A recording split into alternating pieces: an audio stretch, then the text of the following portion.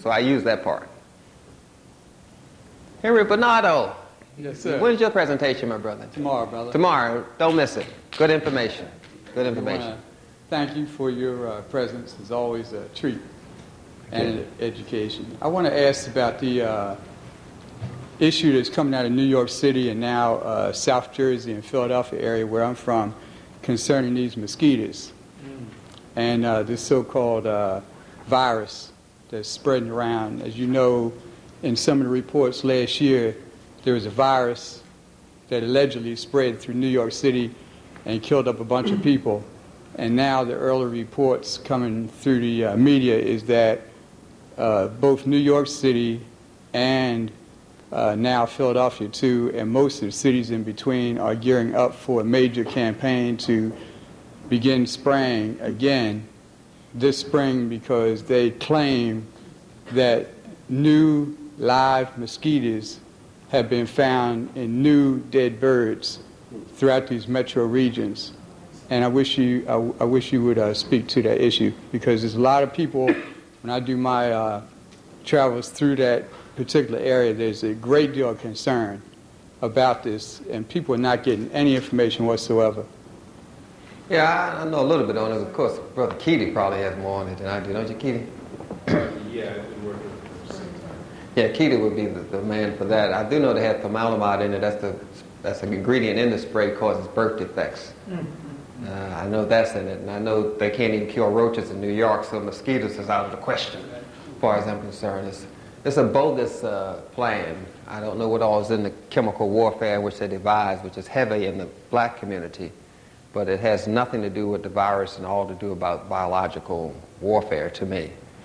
If we're talking about Europeans, then that's probably where it's coming from, but I don't know why they're going for it because it does have, they did put in the New York paper that it does have formaldehyde in it, which caused birth defects. It was used as a birth control pill years ago. And it's aimed at us mostly. What did you find on it? Well, the malathion is organochlorine. Okay, very good. Brother Keaty, we might as well avail ourselves to the research because he thoroughly researches these matters. All right, and I'll make this as brief as I possibly can. Again, the malathion itself is an organochlorinate, a series of compounds that came out of the research of the Nazis during World War II, of which Zyklon B was one of their more famous organochlorinates. When it comes down to the issue of the disruption of our natural biological processes, these organochlorinates are particularly disruptive to the body's natural hormone system, either mimicking or blocking the action of very vital necessary hormones. The very same process that would defeat the biological entity of an insect does the same thing to human beings. So it's absolutely suicidal for anyone to propose using chemicals to kill pests when you can use physical means or other means of neutralizing the pests.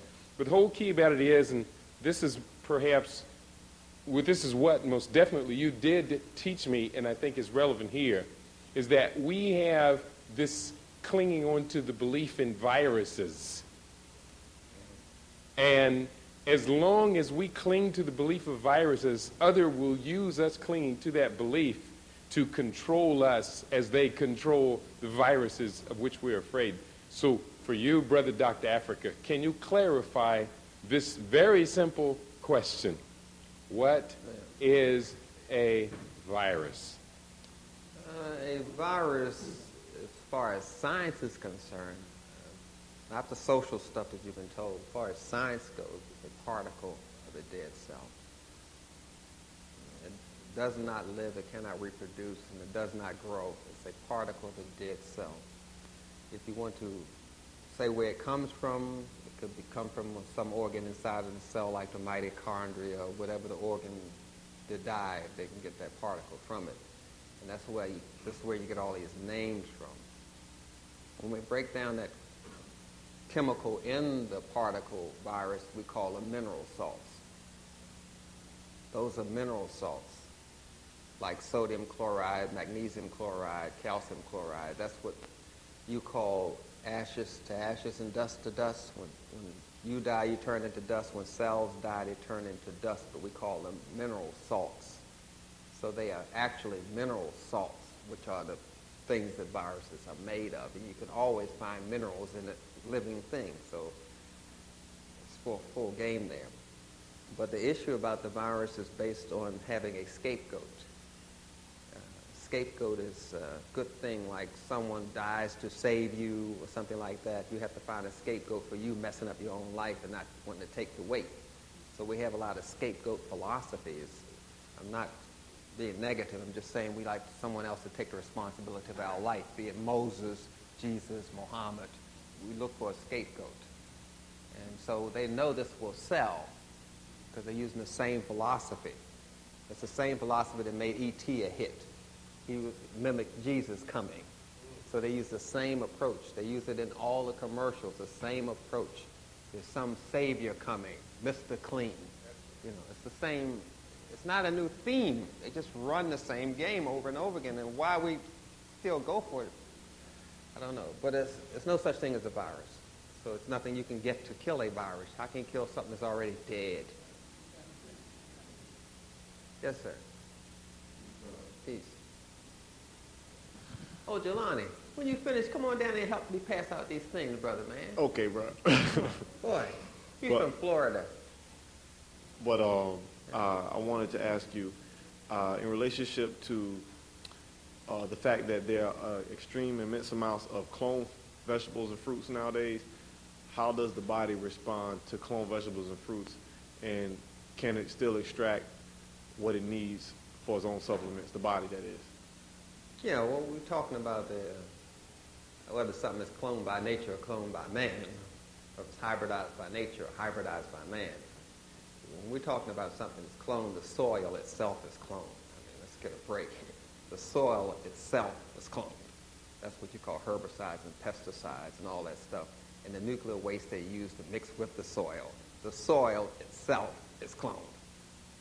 So So the thing is that your body, if it's healthy, the key is to be healthy, to eat properly, exercise, have some sort of spiritual connection to the power out there, the power that's in you, actually. And to be healthy, what we have is your body.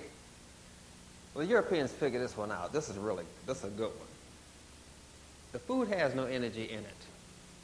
When you lose all that topsoil, we started off with about 30 millimeters of topsoil. Now we're down to less than 2. When we lost all that topsoil, we lost the ability to have this healthy plants. So the plants don't have any kick in them. The only way to give them some kick is to mix them with a human cell or a pig cell or some other cell. Now the body energizes itself to get rid of this clone, and so that stimulation you got from getting your body getting rid of the clone is what you think you're getting energy from the food. But actually your body's having a drug reaction to the food. Now, what the body does is something that we call chelate. It's going to try to isolate this toxic stuff and get to the good stuff. It always splits up things anyway, what you call enzymes. It's going to break it all down, and it's going to have a pile of good stuff here, a pile of bad stuff here. It said, I don't want the bad stuff. It's going to kick it out, use the good stuff. The problem with that is that it takes melanin to use this good stuff.